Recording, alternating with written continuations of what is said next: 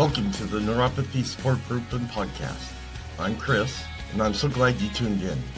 It's my hope with this podcast to help all of us gather information that might help those that need support dealing with this debilitating issue.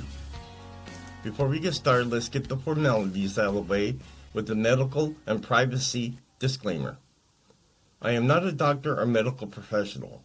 The information on this podcast is from personal experiences and is meant for group support. Additionally, the information discussed is not meant to diagnose, treat, or cure any underlying conditions associated with neuropathy. All names here within are private and will not be shared with any outside sources. Please consult your healthcare provider before making any health decisions. If you have medical concerns or an immediate emergency, please contact your doctor or dial 911. How's everyone doing? Hope you had a great weekend, 3 days off, or most of you that work. Glad to have you here.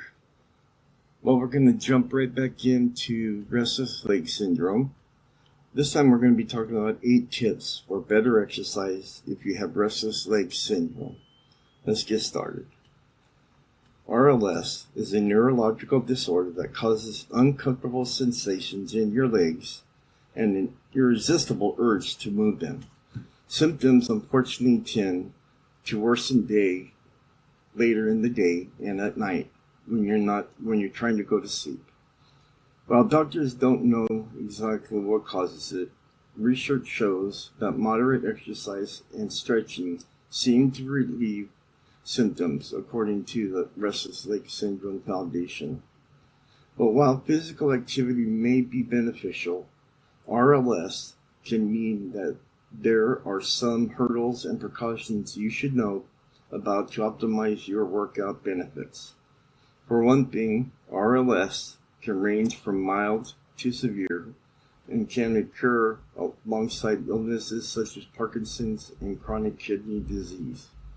That means how much and what type of exercise you do will depend on your health and your physical limitations. RLS can interfere with sleep quality, which can negatively impact your cognitive function, mood, overall quality of life, and ability or desire to engage in regular exercise.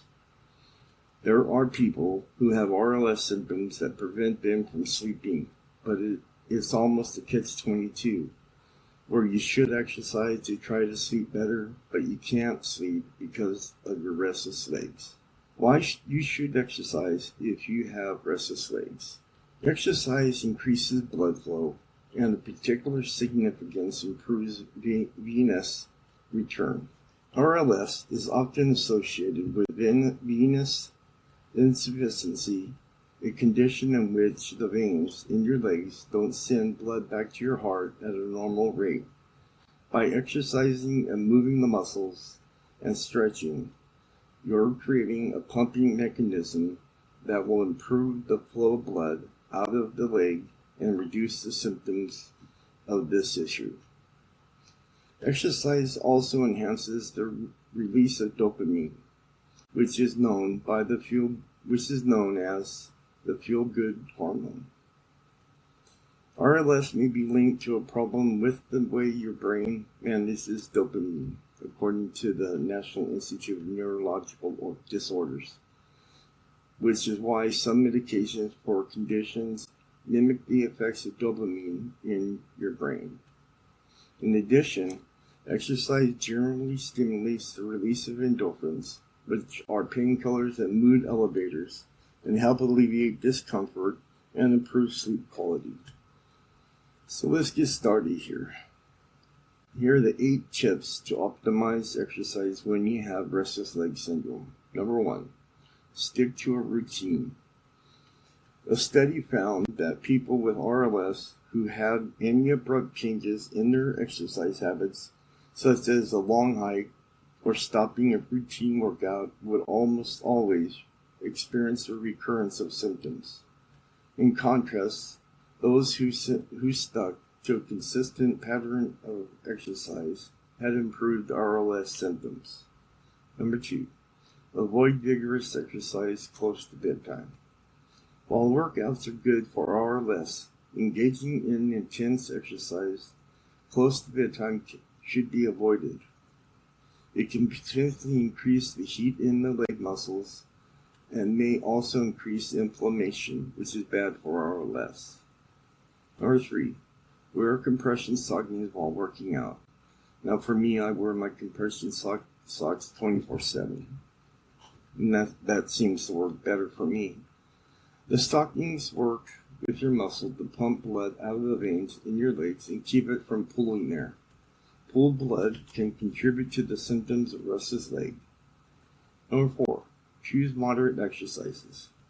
While vigorous exercise, particularly right before bed, can worsen RLS, research shows that moderate or light exercise programs during the day can help improve them. In general, we recommend our patients engage in lower impact exercise such as walking and a mild running. These types of exercise that involve stretching and flexibility tend to be good. Number 5, include lower body stretches in your exercise routine. Smetzer, which is the doctor that wrote this article, suggests trying different stretches to see what works best for you. Some areas to pay attention to include the hips, calves, and the front thigh. Number 6, make exercise a daily habit. Most people with the restless leg syndrome should aim for at least 30 to 60 minutes of moderate exercise each day.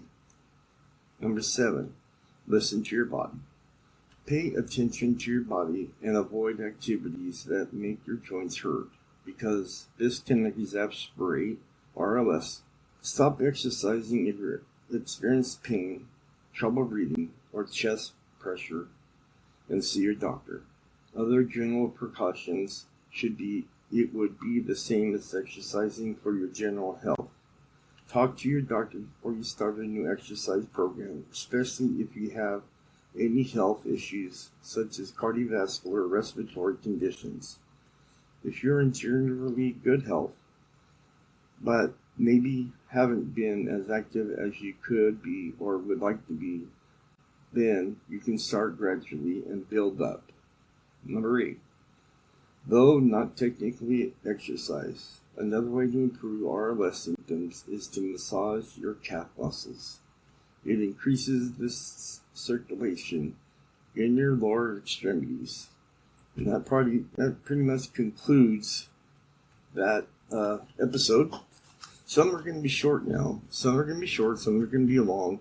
This one, it's about 7 minutes. And I like to keep them lower now because I've noticed from other people that bring talks forward, when you start getting into these higher numbers, like 20 minutes, people tend to just kind of, move on and find something else to listen to. So with the 7-minute video I just gave right now, that should give you plenty of time to listen to it while you're cooking or working out.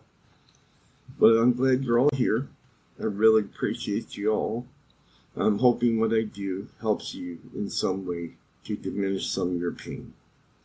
And I will see you next week. Bye. As we come to a close, it's my hope this podcast and other sources, such as product reviews that I have discussed today, can better our lives and give us some relief dealing with neuropathy. This episode plus others are posted every Monday on Facebook, Twitter, Instagram, iTunes, Spotify, and Stitcher. And finally, whatever life throws at you, even if it hurts you, just be strong and fight through it. Remember, strong walls shake, but never collapse. Talk to you next Monday.